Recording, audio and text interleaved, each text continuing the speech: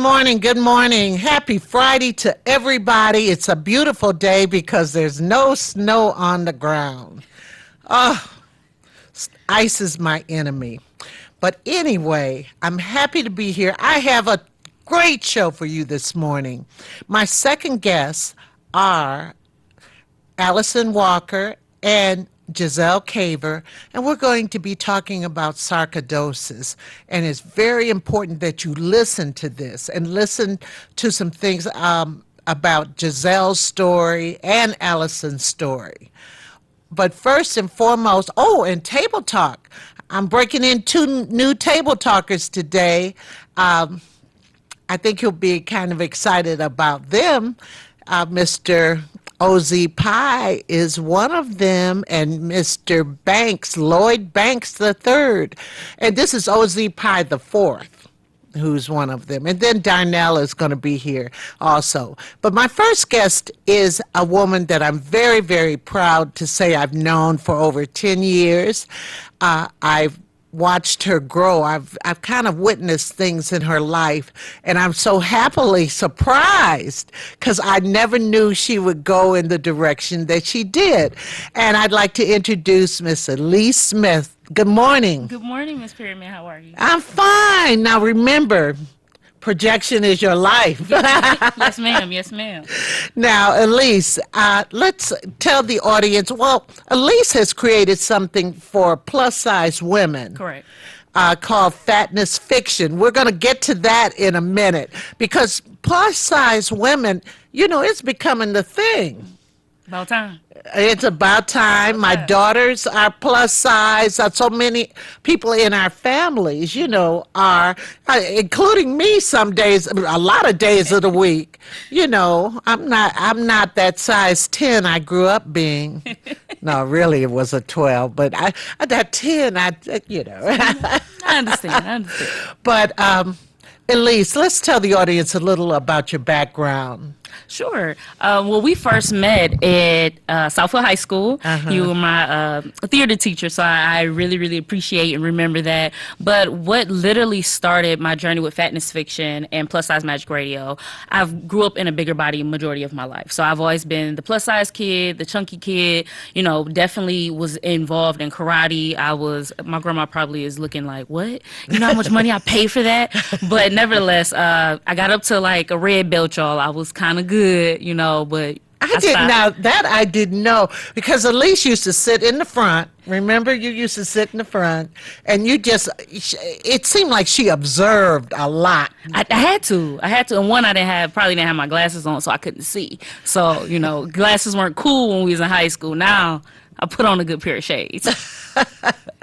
So you've always had this chunky body. Yes. So I always had this like plus size body as a kid growing up, and in those spaces, what I was noticing was a lot of times you get this negative connotation behind it. You're unhealthy, you're unattractive, you're not gonna go far in life because that was the really. Yeah.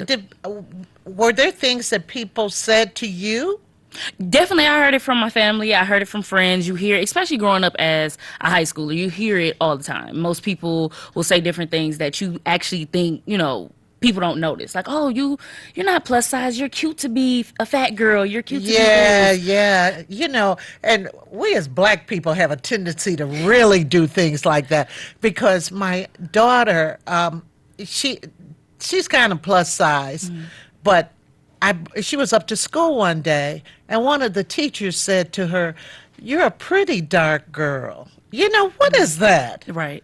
It speaks to, after, getting engaged in different conversations, when we say different things like that, it speaks to white supremacy and what the beauty standard has been set. So it's literally our defense mechanism because we're trying to ascribe to what has been deemed beautiful, whether you're pretty for a dark-skinned girl, you're pretty for a big girl. Those are things because we have seen in society that that's what's been acceptable as long as you align yourself as close to whiteness as possible. So I wanted to go against that. I wanted to go against the fact that because my body looked a particular way, that didn't mean that I fit particular ideas and particular spaces. I want to challenge that. So, growing up in this body, I always try to like stay out the way, even though I was a lover of entertainment, I feel like I'm a freestyle rapper some days, but I wanted to avoid that because I literally looked at my shape and said, I don't see people who look like me on TV. If I did see a bigger person, they were always playing the funny role or they were Yeah, sad.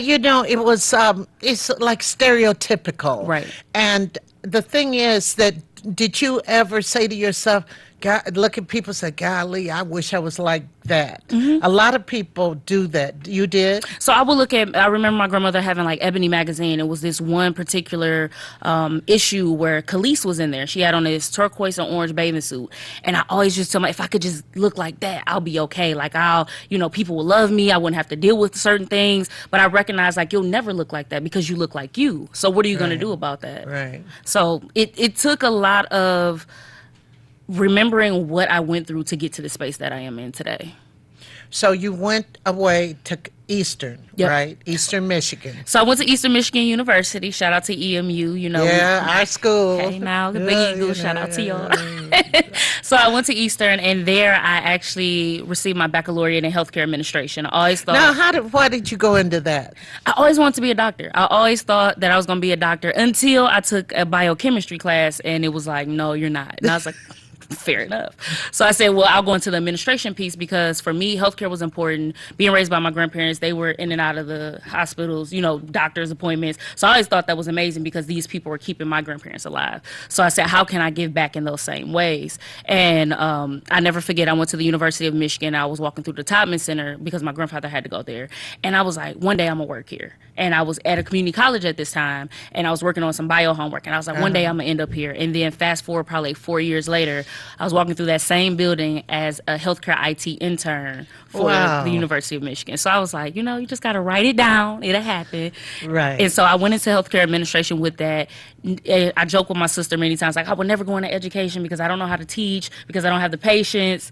And jokes on me because now, as a second-year doctoral student in urban education, literally chasing a tenure track position once I graduate is Well, there. so after you graduated from Eastern, what was on your mind?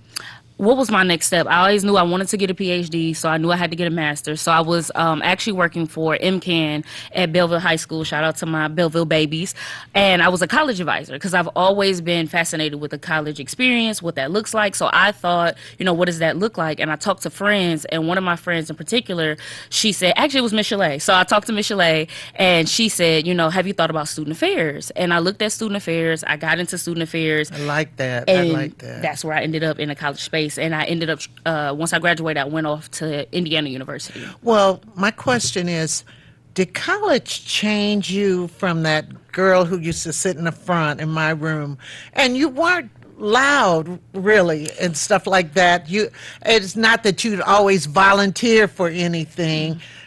It seemed that college shaped you a different way? It did. I mean, at Eastern, I obtained 14 academic scholarships in a year. You hear that? You hear that? I know Eastern, like, where my money at? But I obtained 14 academic scholarships. I had multiple internships. I had dual honors. I was over multiple organizations as a president, secretary, vice president, just trying to do those different things because what I was noticing is people couldn't take away my education, but people could always judge me the fact that I was black, the fact that I was a woman, and the fact that I was in a fat body. But if I had the ability to say you can't judge my resume, then I hid behind that. So academics became my drug of choice because people always used to, look at my body and already make assumptions like, big people are stupid. And I had to show them like, nah, I play boys and girls. That's not I true. know. So you went away to Indiana University. Why Indiana? They paid for my degree. No, Indiana was a top 10 school for higher education student affairs, and it was specifically they had an MSED, which is a Master's of Science versus a Master's of Arts, and that research component was critical for me because I wanted to be a McNair scholar, and I had went into that program, talked to people at Eastern, but I didn't know anything about qualitative studies, which is more about the stories and the narratives and the interviews. I knew more about quantitative studies, and I was like, I'm not that great with numbers, so I really Right. wanted to get away from that. So Right. that was an opportunity to go into a program that will allow me to do research and learn more about the qualitative side. Right. So now at Bloomington, I remember when you went, And I remember that. So you got there. What were you expecting? What were Eastern, I always have a love for Eastern, but I always thought like if I went to a research one or a Big Ten, it was going to just open up these doors because I didn't understand what that meant. So when I got there, my cohort, shout out to the Big Ten at the Big Ten, we were able to create community, especially because being a black student in those spaces, you don't see a lot of us. So creating that community, and I never forget when the idea actually for Fatness Fiction happened in the class, we were sitting there and my professor, Dr. Lucy Lepeau, said, what do you all want to research? So we went around the room. And when it was my turn, I was like struggling. And I said, I want to talk about the experience of fat bodies because I only see myself in certain spaces and treated certain ways. And people were like, you're not fat. I'm like, I'm still cute, but listen, but I understand what it is. And in that moment, I talked to my professor and she was like, so what are you going to do about it? And I said, I'm going to make a podcast. I'm going to do this. And then everything started to unfold. Okay, so let's talk about Fatness Fiction. Yes, ma'am. Why that name? What does it mean, and so forth? So I was thinking about how do I tell my narrative, but collect the narratives also that are aligning with mine.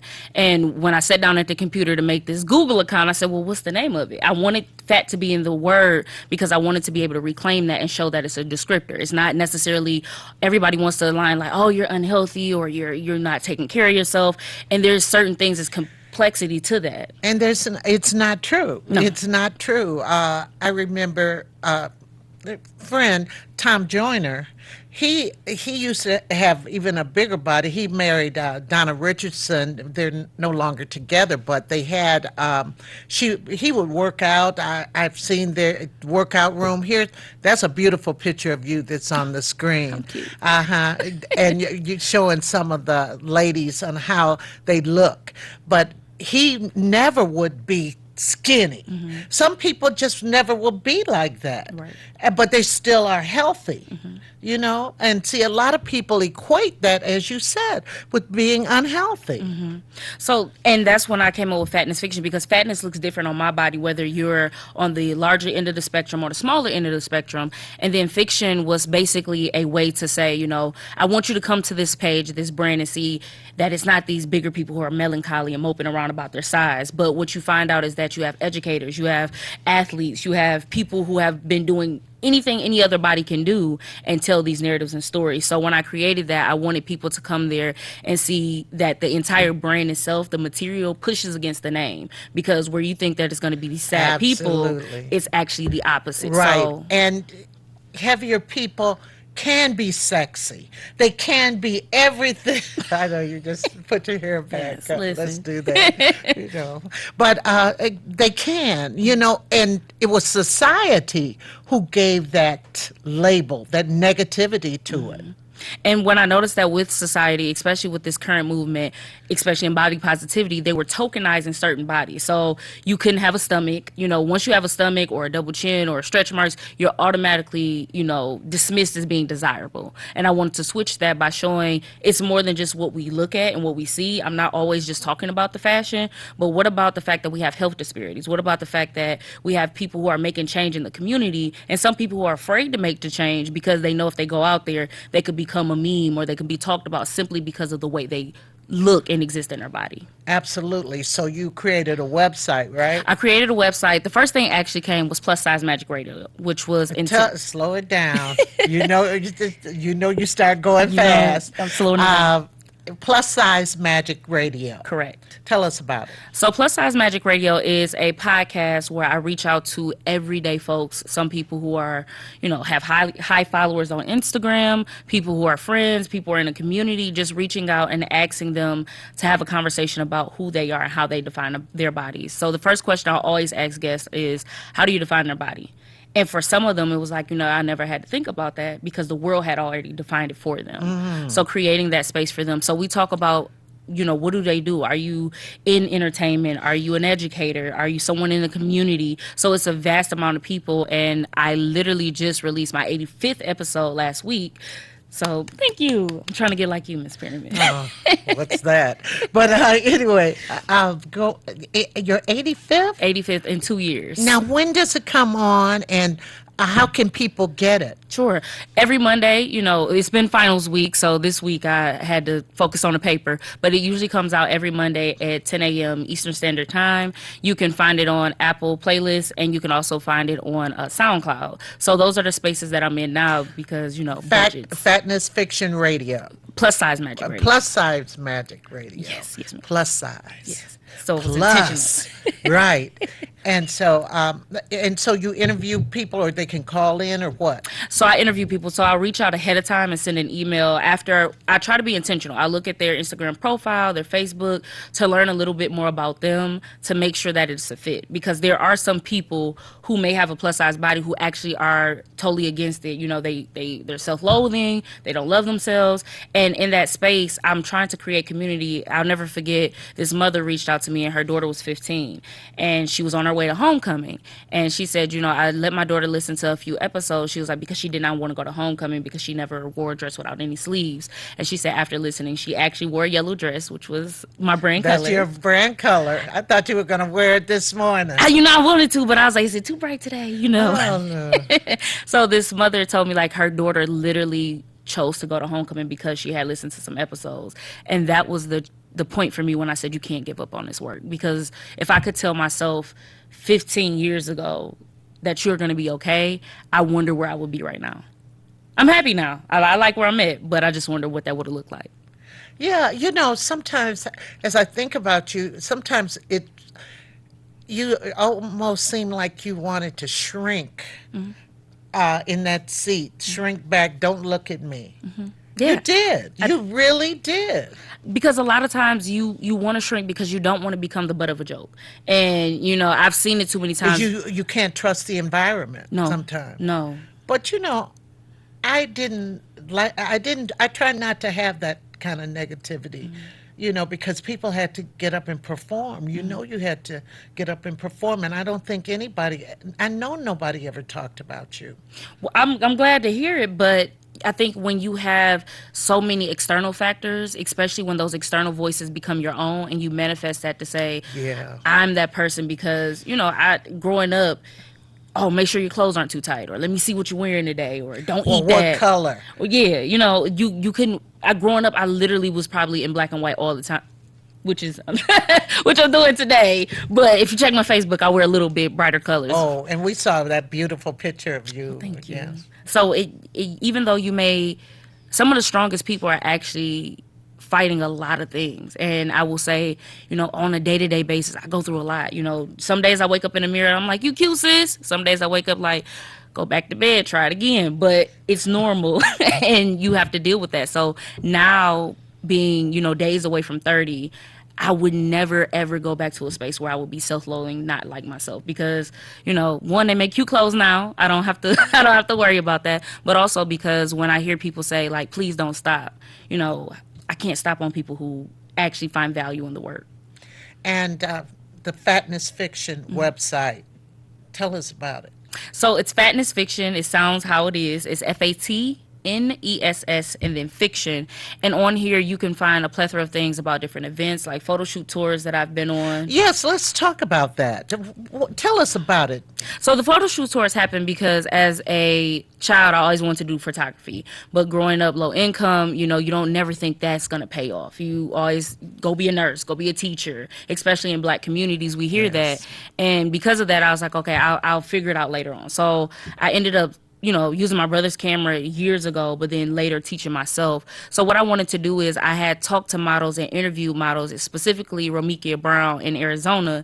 And she had told me, she went up and a photographer was looking for models and she went to audition and he said, oh, not you. I don't take pictures of like plus size models. And I'm trying to figure out like why your camera don't work for particular bodies. And that wasn't the first time I heard that. So many people had said, I have been told by photographers I won't take pictures of you. So I intentionally centered my work around making sure that those people don't hear, oh, the camera adds 10 pounds, but how do you actually magnify the beauty that's there? So my very first concept shoot was at the Detroit Institute of Arts, where I took Latia, Shaniqua and Miss Lisa there, and I said, can you please wear like form-fitting clothing like leggings and a camisole? And when I took them to those spaces, we went up to the European floor, and we didn't necessarily try to go in here to create havoc, but actually resist in this space by showing you what live art is. So mimicking the art that we saw, showcasing that. And for me, that just let me know that your concept doesn't have to look like the beauty that they have set. You can actually set their own standards. So going on these Yes. tours, I get in my car, I drive everywhere. So I've been to Miami, Birmingham, New York, and I just finished my third tour this year. And it's just meeting new people. People, when I turn that camera around, they like, that's me? And I'm like, yeah, that's you. And they like, I would have never thought I would look that good. How do people contact you? They can find me at fatnessfiction.com, but also, on social media at Facebook, Twitter, and Instagram at fatnessfiction. And literally just a quick DM or email, like I answer all of it. Well, you just did a TEDx conference, right? Yes, ma'am. What did you talk about? So I talked about using photography as visual activism. So when we talk about activism, we are, most people think of picket signs or being in the streets or, being in different spaces. But I said I can talk about it on a podcast all day. Who has access to that? But a lot of times, even though I tell the narrative of bigger bodies, it's different when you see them in a different light. You don't see them in this, like if you do a Google search right now and say fat body, you're going to see somebody who's eating a cheeseburger or someone sitting here, it's really grotesque versus where I'm trying to come in that space using critical race theories, counter story narrative. I know I'm using doctoral terms here, but look into it. And when I did that, I said, it's not just about telling the story or writing the story. How can I show you the story? So the photos that I've taken literally puts them in a different place because as of right now, as I do research, the largest collection of fat black women narratives is situated in the mammy archetype. So if you think about it, Really? Yeah, the mammy yeah. is the biggest Well, thing. when I was growing up and a little girl, there was a show named Beulah. Beulah was a heavy set black woman. Mammy on Gone with the Wind, Hattie McDaniel, wonderful Hattie McDaniels, very knowledgeable woman, heavy. Ruby Dandridge, Dorothy Dandridge's mother, played a maid, very heavy. It was this stereotype. And so one day I went to the movies, 20 Cent at the Linwood movie theater. And I saw this black woman, Dorothy Dandridge. And I said, wow, I had never seen a black woman who wasn't heavy on screen. And they made, and always, yeah, she was either the wise person or she talked kind of stupid, that kind of thing. And which was so wrong. And that was society doing this. And so what I wanted to do is say, show me a bigger collection of plus size black women or fat black women that doesn't come with that negative trope. So I said, visually, when you think about, the posters, the figurines, and nobody ever says that the mammy is big, but you see it every Look time. at Aunt Jemima. Yeah, like you see it though. Nobody says, "Oh, look at the fat mammy." They just say, "Look at the mammy." You automatically think of the red scarf with the white apron and the bigger body. And so for me, I said I want people to be able to look back in years, and when it comes to those bigger bodies, that we're not, undesirable, we're not asexual, we're not servants. That's not the only thing that we play and do as bigger bodies. Absolutely. So using this photography, showing them, just as desirable as sexy in those spaces was something that let me know I could push back against that narrative. Well, Lizzo. Let's Lizzo. talk Lizzo real quick. I know. Lizzo is the singer. She's gotten all these Grammy nominations and so forth. Now, she's a heavier girl. I appreciate Lizzo. I know a lot of people gave her a lot of Grief because of what she did at the basketball game. which worked in her favor. I mean, it wasn't necessarily a lot of people don't remember that she's an entertainer.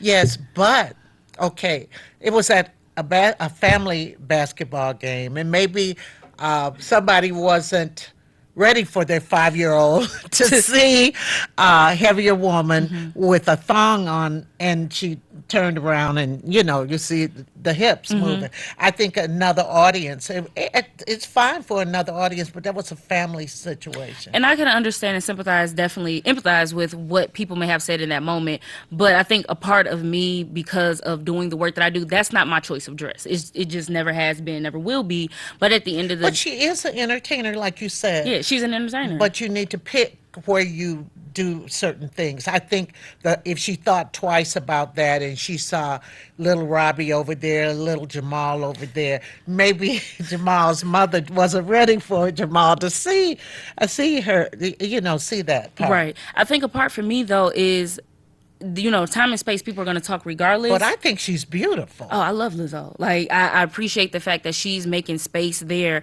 And like I said, when you see her and she's taking over these spaces that we don't see bodies like ours. Like she could be playing the funny friend or she could be playing the melancholy Yeah, person, yeah. but she's living to be who she is. I think the only thing about the whole debacle with the basketball game is I want people to be able to hold even smaller bodies up to that same standard because we've seen stuff like this happen before, but it's considered sexy if someone of a smaller frame does it. But then to certain people, but I just want people to be sure to make sure that it's not rooted in fat phobia of I'm not used to seeing your body like that, so I don't want to see it. That's the conversation I want people to make sure that they have. So after you get your doctorate, Oh, thank you. I'm tired. I know you are. She drove in from Indiana this morning to the show. It's 5.5. So, I mean, I appreciate it so very much. I have been bearing witness to your journey. I'm so proud of your journey. You've already told everybody how to get in contact with you, but where do you see yourself in 5 years? Hopefully on Oprah's couch, but nevertheless, I literally still email Oprah every Wednesday asking her like just for an interview, but we'll see where that goes. But in 5 years, I hope to actually have a small headquarters in Detroit where I do the magazine, where I do the podcast, where I can actually create more scholarships around body image for different individuals. And although I would love to create curriculum in the academy about not just body image, about I think people get it mixed up as like, oh, we just want to be cute and fly. But talk about the racial implications, the male gaze, the white gaze, about what we should live up to instead of letting us be in our bodies. Creating curriculum at an institution, being able to travel, continue to write. I would love my book. Hopefully, will come out at the end of 2020. So it's just talking about a collection of narratives associated to my life, whether it was dating, whether it was friends, or just being in professional settings. So in 5 years, I hope that I can actually continue to create space for other women and men who look like me to be able to tell their narratives and be able to share as well, because there's enough space for all of us to tell our stories. And there's so much to us, and besides this outer core, Right. too. But a lot of people have to get over that outer core and get into who they really are. There's so much, and as you get older, you peel layers back and say, "God, I could do that." And so you've been doing all of this, and I think you discover many things about yourself. I think you have. And you're just beautiful. You're wonderful. I thank you for letting me be a witness to your growth and your journey. I really do. And I'm very proud of you. Thank you. I've got to get ready to cry. Anyway, so thank you, Elise. Tell them once again how they could get in touch with you. You can get in touch with me either on Facebook or Instagram at Fatness Fiction. You could also visit www.fatnessfiction.com. And then if you just love me that much, you can follow me on Facebook at Elise Antoinette, and then, hop in my messages. I'll respond eventually. I'm trying to take a break. School just ended. Okay. Well, thank you. And we'll be back in just a moment with G and Allison.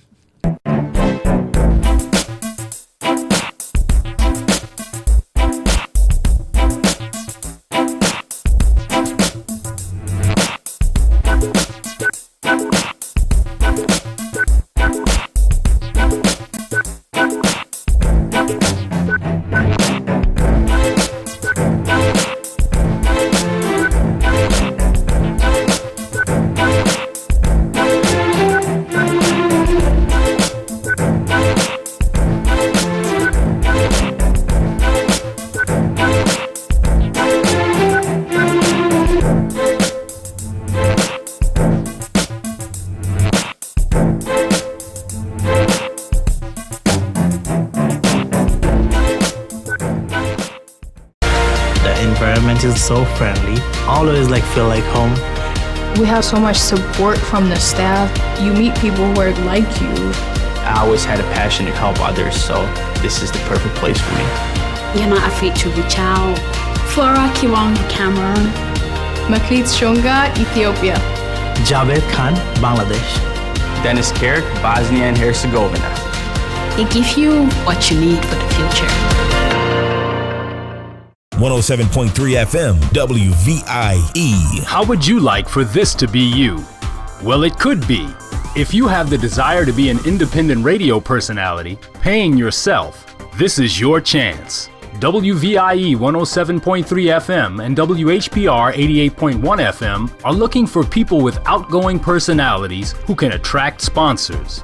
Launch your career on a radio station with the latest technology in broadcasting. WVIE 107.3 and WHPR 88.1. If you're into talk, R&B, oldies, jazz, gospel, or soca, Radio We Can See is where you need to be. 88.1 FM, WHPR. Have your own radio show. Block time is available. Call 313-868-6612. Radio We Can See, broadcasting live in the Virgin Islands and Detroit. Find us on Comcast Channel 90 and worldwide on Fire Stick, Roku, Apple TV, and all of your favorite platforms.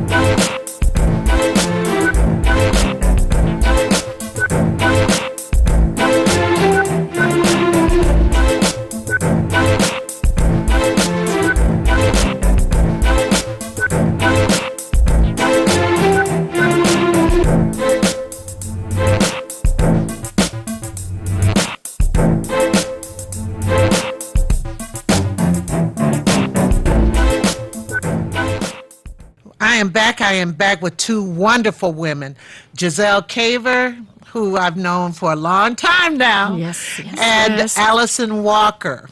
And they both suffer with sarcoidosis. Right. Is that the way you pronounce it? Or? Yes. Okay. Sarcoidosis. Good morning. Good morning. So why don't you tell us, who wants to tell the audience what sarcoidosis is? Sarcoidosis is an inflammatory disorder, and what it is granulomas form on any organ, and it can stop that organ from working properly. Right. And it can get in the organs, and it could get on your skin too. Yes. Every organ, the skin, the eyes, the lungs, the heart, the uterus, the testicles, in every organ. Yes. Now tell us, you told me you got it on your brain. Yes, I was diagnosed with neurosarcoidosis in December of 1994. Wow. So after that, now it's in multiple organs. How do you live with it? It's a daily struggle. Is there medication? It's medication. Right now, I've gone through prednisone, methotrexate, Imuran. So I'm taking Remicade infusions every 6 weeks. Infusions? Right down in the oncology lab at Beaumont. Okay, G, why don't you tell us about your journey? Well, I was diagnosed in 1994, I think it was 94, that I was having a pain in my foot. And I was going to the podiatrist, and he was giving me shots in my foot, and he did a biopsy of the bone and sent it to Johns Hopkins, and they called him back and said that I had sarcoidosis in the bone. So they hollowed out my toes and put plastic tubes and bone chips in my foot. So I sat in a wheelchair for a long time, and then I started having other organ involvement, my eyes, my skin, my gallbladder. I'm in the 1% of the people with sarcoid that it made me sterile. So I've had it everywhere. Treatment is guesswork. Sometimes, like she said, the prednisone, methotrexate, Plaquenil, Imuran. There are so many different things that they try to treat you with, but nothing is foolproof, nothing. Now, let's talk about insurance and things like that. Wait, well, maybe, let me back up a little bit. Is there a particular cause for this, or is it relegated to particular groups? What's going on? Well, in '94, when I was diagnosed, they said it was African American women between 20 and 40. But since then, just doing some research, it can affect anyone. Yes. In Japan, it's mostly the males. Really? Yeah. And it's a lot of Caucasian males who suffer from it in Australia. So here even in our local chapter, it's half and half African American, half Caucasian. So I don't think it's one particular group anymore. It's open to everyone. Well, they say that environmental antigens, which is dust, chemicals, they say could be a cause. When I was diagnosed, they asked if I had any relationship to people in North Carolina because there is a particular pine tree. And the oil from this pine tree has thought to be a trigger. But I don't have a connection with that. The only thing that I know of is that Allison and I are both retired Detroit police sergeants. That's what I was going to bring up. We're both retired.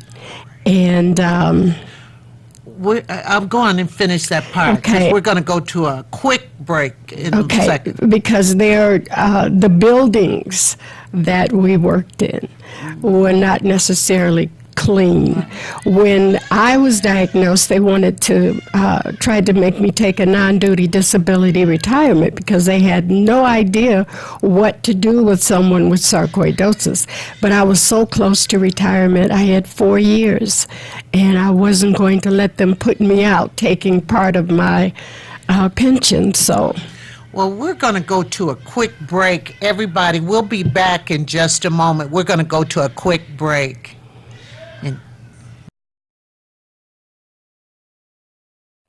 Highland Park, Detroit.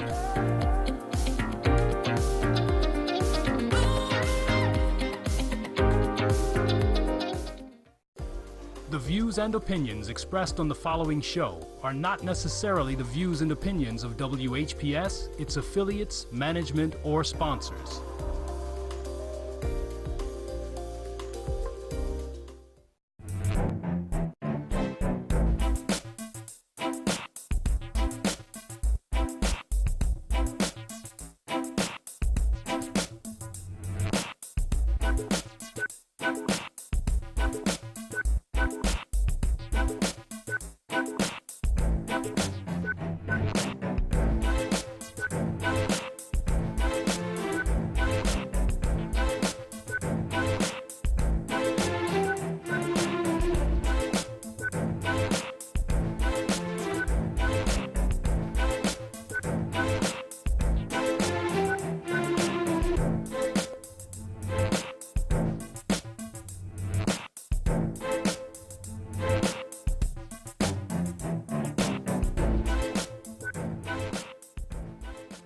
You can have your own party on TV. Party with R.J. Watkins and the TV33 family when you hold your own Facebook watch party. Connect all your friends with our friends, and we can have a watch party together. Watch your favorite TV shows when you want, how you want, with your favorite people. Here's how it works. Log on to Facebook from your computer or tablet.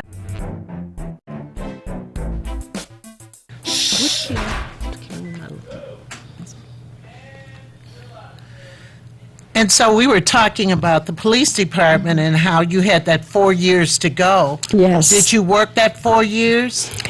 Yes, and when I retired, I had them laughing. I said, because you wanted me to take a non-duty disability retirement, but I was determined to make my 25 years. So I was on 80 milligrams of prednisone. I was going through a prednisone-induced menopause. Let's talk about prednisone. That drug is something It's horrible. else. It's a horrible drug. It's and they horrible. give it to so many people, and then it makes you blow up a little. Yes, I gained about 60 pounds. My hormones were off. I was having mood swings. And I told the chief when I retired, I said, you know what? I went to work and I was crazy. I mean, mentally unbalanced on prednisone and menopause, and people would come in my office and I would think, wow, if I could just choke them, I'd feel better. But, but I made it through and retired. However, I was retired 13 years before the emergency manager came along to the police department and cut the pensions and got rid of my medical insurance. That's what I want to talk about. So he came in. What's that guy? What was his name? I know. I can't think of his name. No, I know because I just been reading about him. But he cut your pension. When you say he cut your pension, did he cut it off or cut it in half or what? There were things that we were getting as retirees that they cut, especially your insurance. There were some city employees that were not sworn, that were civilian, that they took $300 pay cuts to your pension. I lost my medical insurance each year. How did that happen? Well, he cut the medical insurance and said that you had to go on the marketplace to what they call Obamacare to get your insurance. Now, my situation is kind of unique because I joined the police department when I was 19. That was the only real job that I had. We had our own pension fund, so we didn't pay into Social Security. So when the emergency manager got involved in it and was saying that retirees should or could get Social Security, no, we can't because we didn't pay into that. And I've never really paid the quarters into Social Security because the police department was a career choice. I didn't go out and get another job. I went to school and I was on the police department. So now I'm 63 years old.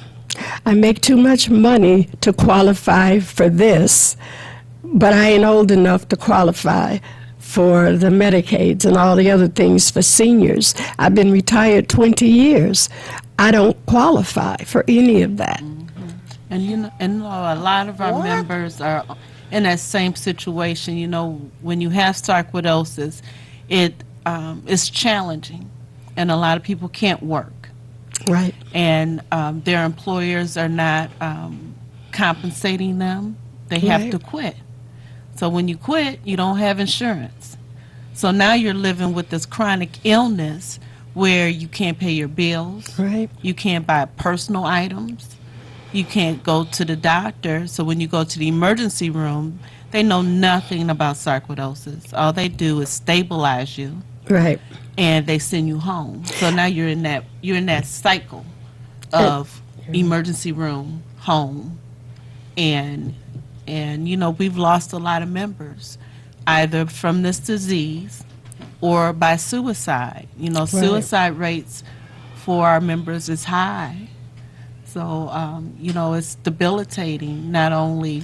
And when you say for your members, are you talking about members of the sarcoidosis group or members of the police department? Well, it's members from our sarcoidosis group, Caring Hands Sarcoidosis Foundation. I founded that group in 2009 when I had to go off on disability. So we're a local group here, but we're also on the social media sites. So we kind of in contact with about 14,000 people on a monthly basis. So when I say our group, not only our local group, but our social media group. And so police and firefighters, they're kind of dear to my heart because there's, number one, things I wouldn't do. because I'm not as fearless. Right. I mean, really. And you have to be. And the career on the police department was a wonderful career, but I look at the police department members. There's a lot of Detroit police officers with sarcoidosis. Yes. There's a high rate. And not only that, the 9/11 first responders, their sarcoidosis rate is high because of the dust and the fumes that they inhaled at that time. Yeah, my nephew's he was a police officer in New York at the time, and they had to dig down at the World Trades. And that even though they had masks and stuff, that dust, that those fine dust got in, and his lungs collapsed. Just so many things happened. He had, he ended up losing a lot of weight. The doctors had to, he had so many holes in his lungs. Yes. The doctors had to sew them up one by one, and see, how could people take away your insurance? Well, that was supposed to, taking away from the retirees was supposed to help the city get out of bankruptcy. But the city now brags about, how well they're doing, but they haven't done anything for the retirees at all. Yeah. Now, one thing that Alice and I talked to a lot of people, telling them that you have to be your own advocate, because most of the time when we go to a doctor, they're not really familiar with what sarcoidosis does, because if you talk to either one of us... Doctors? Yes. Yeah. I don't look like anything that you describe in the book about sarcoidosis, because it actually, I probably have had it since I was 5 years old because of symptoms that I had. I had one of the very first laparoscopies in... What is that? That is a laser that they did into my uterus and found out that I had non-caseating granulomas, which we now know is sarcoidosis. I had it on my ovaries, and that made me sterile back in the 70s. I've had it in my eyes, my sinuses, my gallbladder, skin, bone, submandibular gland. If they had known that what they were finding in my saliva gland was sarcoidosis, I may not have lost all my teeth, because they started pulling teeth because my mouth would swell. If they had treated the sarcoid. There are so many things. They'll always say sarcoid will not kill you, but the other side effects that it causes, the other symptoms. Debilitating.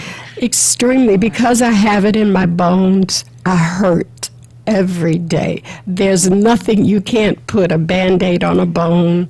You can't put it in a sling. And I have joint and tissue problems. And that brings up the topic of the opioids. When you have constant pain, they treat us when we go to the doctor as addicts. Yes. You're just here for drugs. No, we're there to be able to live our lives in some type of quality. And it's hard, but what I appreciate about our local members, we have monthly support group meetings. Giselle is there, telling her story. But we had one member who went to the dentist, and the dentist wanted to pull all her teeth.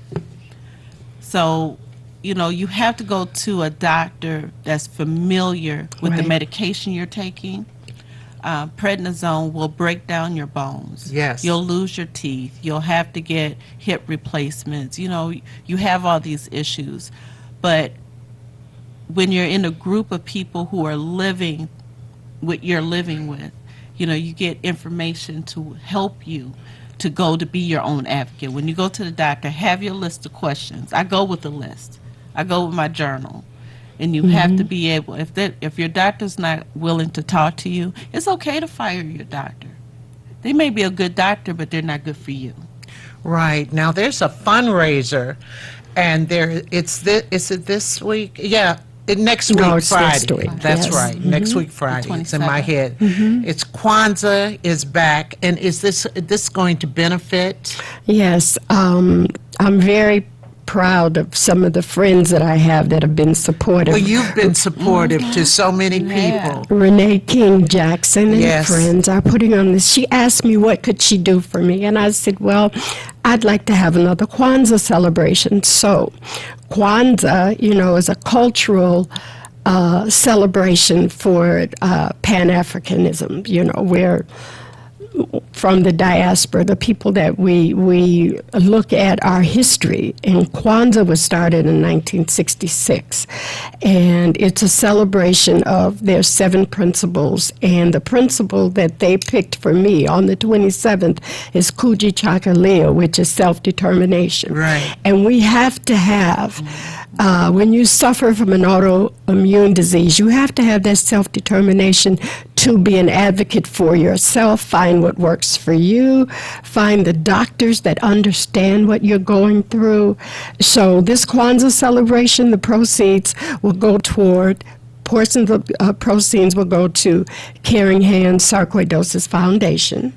That helps our members, some that can't afford their medication. With me, my insulin is $600 a month. I can't afford it. I know. So my friends that are diabetic would donate insulin to me. So a portion goes to Caring Hands, and a portion of it will help me with my medical bills. Until I'm 65, I don't qualify for anything. Well, you deserve it. You've been good to so many people. When I first met you down at the music hall those years ago, you were just so good to me, so giving and stuff. And this is going to be everybody at St. Matthew's and St. Joseph's Episcopal Church, where I've attended many nice jazz concerts and everything. Yes. And a lot, besides Renee King Jackson, who is a friend of the show, who sings beautifully. Yes. There'll be other musicians, other artists there. It's going to be a great evening. Plus, there's food. Yes. I always tell my viewers that's how I used to get my kids to go somewhere with me. Tell them there's food. Yes, there's Anyway, food. it's next Friday, December 27th. 2019 from 7 to 11 at St. Matthew's and Joseph's Episcopal Church at 8850 Woodward, right down Woodward. And I have 2 tickets here. If you want to, and these are $40 a piece. If you want to attend, and when you get there, you might want to give a donation, but I'm going to give my tickets up. Call in. That's my number. 313-868-0342, 313-868-0351, or 313-868-4336.